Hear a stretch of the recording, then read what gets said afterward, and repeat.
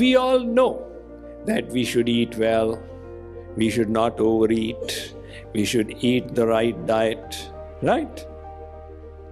And yet we don't do it and end up eating the ice cream and the chocolate. We have the reason with us. Still we don't do it. What is missing? It's not just a question of having the knowledge. It's a question of keeping the knowledge in your intellect. See, the intellect is like a vessel. Everything you hear, everything you see and read comes in the intellect. It's got 50 kinds of knowledge. What Swamiji said came in the intellect. What the atheist Richard Dawkins said, that also came in the intellect. And what the editor of the New York Times, Sam Harris, said, that also came in the intellect.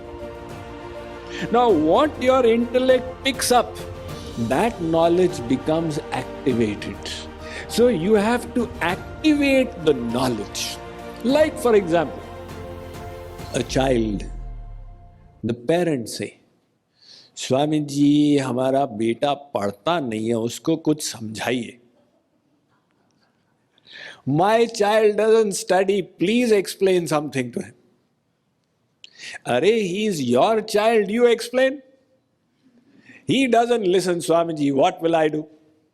All right, beta, why don't you study? Uncle, my mind doesn't like to study. Big problem. Mind doesn't like to study. So mind doesn't like to go to the book. Mind likes to go to the video game. What to do? That's why I don't study. But the same child, when he or she goes to the final exam, the year-end exam, now the question paper is there, the child is sitting in the exam hall, there are 3 hours to answer that question paper, the 10 questions. Now the child brings the mind to focus and starts answering with razor-sharp attention. There is no distraction, not looking at the neighbor, not peeking out of the window, not thinking of movies and cricket or whatever. It's just the question and the best possible answer. He keeps that focus for full 3 hours. At the end of 3 hours, the teacher says, time up, give me your question paper. Pulls it out. Look, this child developed such focus. That kind of focus, if he had maintained through the year, he would have become a national scholar. But through the year, he was not able to do it, and all of a sudden he managed to do it. That means the ability to focus was there.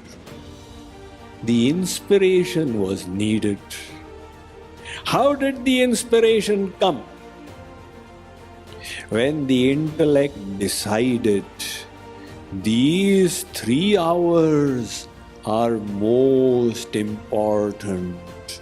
Now if I am careless, I will lose the whole year, all my classmates will go ahead.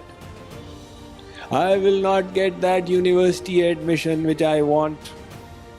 Once the intellect decided, it controlled the mind. So the intellect has such power in it that you bring the right knowledge to your intellect and you can pull the mind. The mind doesn't have the ability to resist a resolved intellect. If, let's say, somebody gives you a cup and you become convinced there is poison in it, even on being tempted by $1 million, you will not be willing to drink.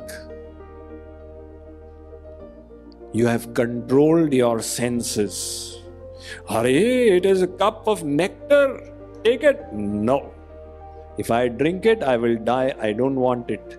Your intellect is telling you that there is poison here. So it's all a matter of bringing the right knowledge to your intellect. If you wish to be inspired in life, What do you need to do? Bring the proper reason to do your best and keep that knowledge in your intellect. You may have heard the story of Sant Eknath. He was a saint from Maharashtra. Somebody came to his house and said, Maharaj, man nahi lagta. My mind is so fickle and scattered. I'm not able to bring it in sadhana. I sit in the morning for puja, but the mind runs in the world. And I take the name of God, but the mind is thinking of beta beti. And I do the aarti, but the mind is thinking what is the price of potatoes today. So Babaji, please tell me how to control my mind. Sant Eknath said, you are talking about controlling the mind?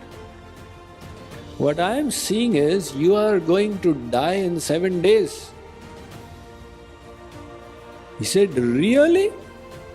A saint is telling me from his lotus mouth that I am going to die in 7 days. Maybe he's Trikaldarshi, maybe he saw into my future, who knows? Arey Maharaj, this is a big, terrible news you have given me. What do I do now? Please help me. Mahatma Ji said, look, don't worry so much. 7 days is a period. You free yourself from all the encumbrances and come to me on the 7th day, uncluttered. I will tell you what's to be done. Now when he went back with this knowledge, I have only got 7 days to live. His whole perspective changed. Now it doesn't matter if I've got 7 days to live. It doesn't matter whether Obamacare remains or it is repealed, because I'm going to go. If I've got 7 days to live, it doesn't matter whether Nasdaq goes up or it doesn't.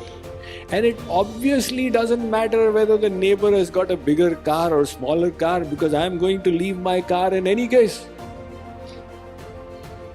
So his mind became calm and relaxed. On the 7th day, he went, Maharaj, today is my last day. Tell me, what should I do? Mahatma Ji said, are you able to think of God today? He said, Maharaj, today my mind is only in God. It's not wavering from there. Sant Eknath said, you know why? Because your intellect is thinking, today may be my last day. That is motivating you. So he said, every day when I get up, I think, if today was my last day, what should I do? I lead every day as my last day, and then I become inspired. That is the way to inspire yourself. You think, if this is my last day, then what should I do? One poet, Saint Narayan, said, Do baatan ko bhooli mat, jo chahasi kalyan. If you want kalyan or welfare, don't forget 2 things. Which 2 things? We don't forget God? That everybody knows. We should not forget God. He says, Narayana ikamat ko duje Shri Bhagavan. First remember your death, then remember God. Otherwise, you will say there is God, but I am still not motivated. And when you remember your death, you'll think that now I need to put in my best. So now the science of motivation, we've got to the bottom of it. What is the science of motivation? Find a strong reason and keep that reason fresh in your intellect.